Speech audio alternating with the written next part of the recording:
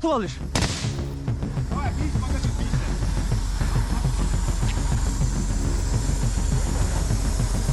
Доїжджем, кабінчик.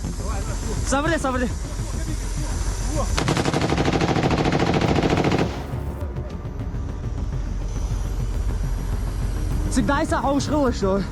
They slipped past the map's expectations. Ukrainian SOF forcing a ghost into enemy territory. Under cover of night and careful planning, a special operations unit pushed beyond the known front and crossed into ground held by Russian forces. Recon in the northern Slogiansky direction was clean, quiet, and unexpected. What began as a scouting mission became proof that the front lines could be blurred, even erased, by a small, skilled team.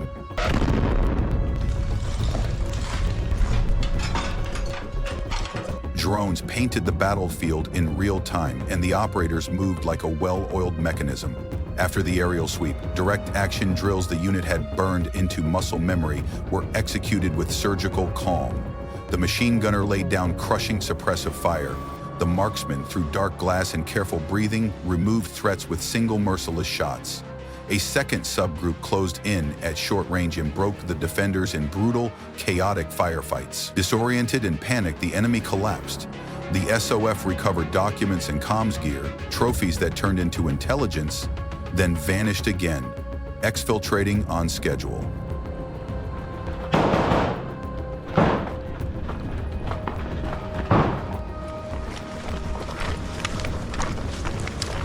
While the raid unfolded, a larger shift was taking place.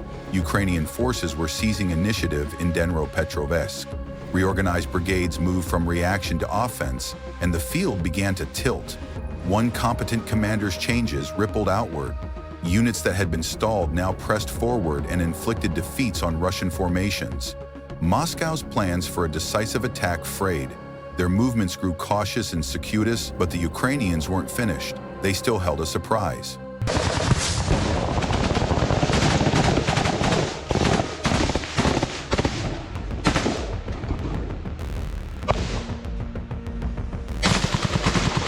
The pivot came with the rebirth of the 141st Brigade. After a stretch of ineffective leadership and stale Soviet thinking, Shevchuk tore up the old playbook. He rewired unit culture around modern combined arms doctrine, tighter small unit cohesion, precise fire retold routines, and a renewed focus on logistics and discipline. Authority was pushed down to non-commissioned officers. Artillery and drone links became dependable, not wishful. The result, decisions moved faster, operations sustained longer, and a once flagging brigade transformed into a force that cleared ground rather than merely holding it. На 61.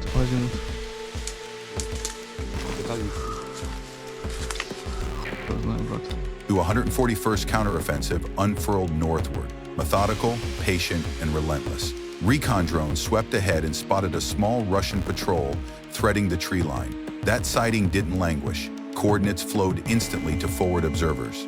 Bodana's self-propelled guns answered with 2 Browns that bracketed the enemy's route, suppressing and shaping the fight before infantry ever closed. Detection became engagement in a single, seamless pulse.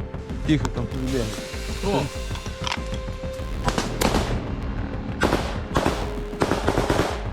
When the tubes fell silent, the infantry moved with a cold, focused violence.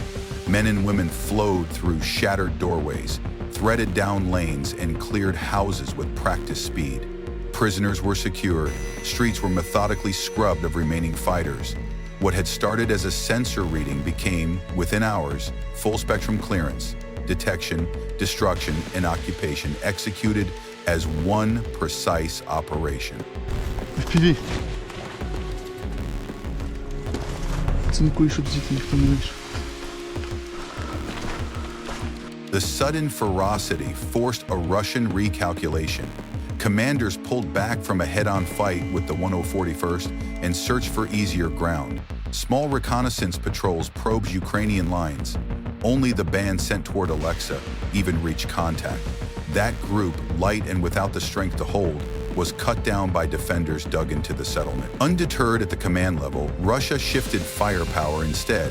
Multiple launch rocket systems were in place, and Alexiva began to crackle under preparatory barrages, a prelude to larger assaults.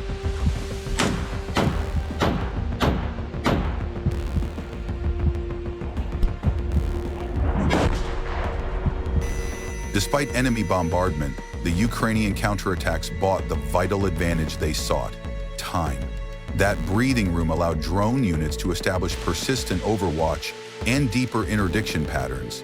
The skies, once intermittent, became continuous nets of observation and strike, and time in this fight was everything.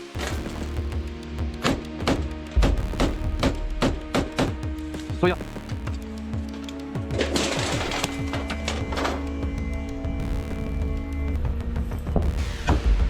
On the ground and on film, FPV teams rewrote the tempo of combat. First-person drone crews provided direct fire support to advancing squads, marking moving targets and interrupting short-range infantry pushes as they developed. Later footage shows the same crews intercepting bypass attempts, striking small groups trying to slip around the brigade along Alexica and nearby tracks. Repeatedly, these fast, low-cost strikes halted Russian maneuvers before artillery or infantry had to intervene.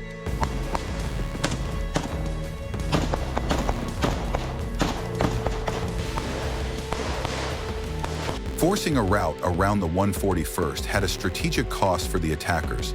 Supply lines lengthened and convoys were herded onto main roads. With the mud season setting in, those main arteries would become the only feasible routes, long, exposed, and predictable. To Ukrainian eyes, they were nothing less than kill zones. Even attempts to move through tree lines, normally a workaround in wet conditions, offered no sanctuary. Routes held the mud less, but those corridors would be hammered by artillery and hunted by drones until movement became impossible.